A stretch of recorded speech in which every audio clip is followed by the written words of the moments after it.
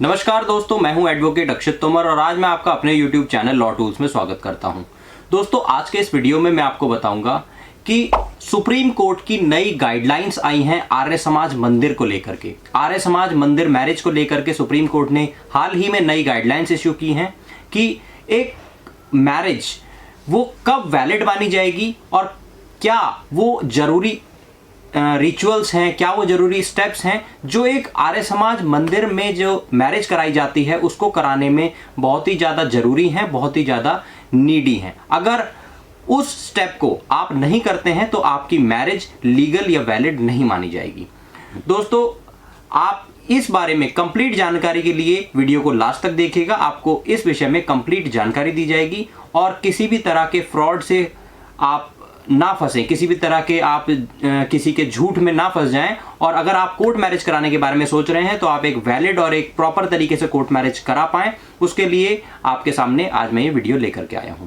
दोस्तों, जब भी हम कोर्ट मैरिज कराने की बात करते हैं तो कोर्ट मैरिज कराने के लिए अलग अलग एक्ट्स हैं, जैसे Hindu marriage act, special marriage act, compulsory marriage act. अलग अलग मैरिजेस को अलग अलग एक्ट में रजिस्टर्ड कराया जाता है। लेकिन किसी भी कोर्ट मैरिज को रजिस्टर्ड कराने से पहले रिचुअल्स का परफॉर्म कराया जाना जरूरी है। रिचुअल्स के परफॉर्म होने के बाद ही उस रिचुअल्स के मैरिज के सर्टिफिकेट के आधार पर ही आपके कोर्ट मैरिज को रजिस्टर्ड किया जाता है।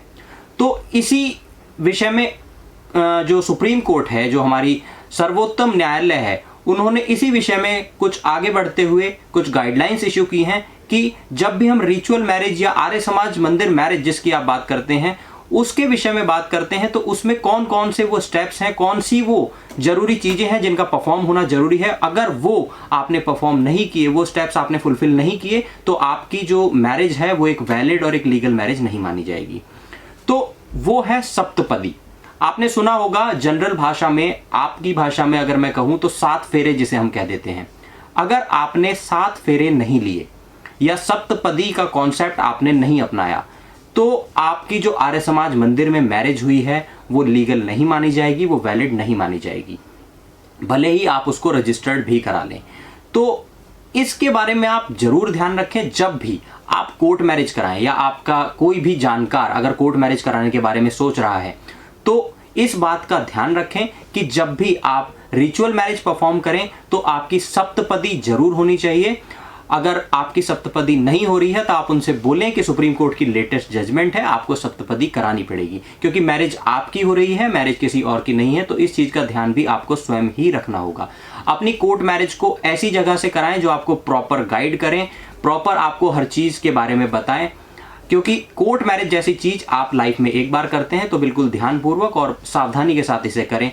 और जब आपकी सप्तपदी के साथ आर्य समाज मंदिर मैरिज हो जाती है तो उसके सर्टिफिकेट के आधार पर आप अपने कोर्ट मैरिज को जिस भी मैरिज एक्ट में, सपोज आप इंटर रिलीजन कपल हैं तो स्पेशल मैरिज एक्ट में, सपोज आप एक हिंदू कपल हैं तो हिंदू मैरिज एक्ट में अपने मैरिज को रजिस्टर्ड करा सकते हैं। और रजिस्टर्ड कराने के बाद आपको गवर्नमेंट की वेबसाइट पर एक सर्टिफिकेट इशू किया जाता है जिसको आप चेक भी कर सकते हैं। उसमें एक एप्लीकेशन नंबर डाल करके आप ये वेरीफाई कर सकते हैं कि आपका जो रजिस्ट्रेशन है वो वैलिड है या नहीं है। तो ध्यान रखें, एक कोर्ट मैरिज करते समय ये स्टेप्स आपको जरूर फुलफिल करने हैं। कोर्ट मैरिज से संबंधित या किसी और फैमिली डिस्प्यूट से संबंधित अगर आप कोई और जानकारी चाहते हैं तो हमारे चैनल को लाइक करें, सब्सक्राइब करें और देखते रहें law tools. Thank you friends.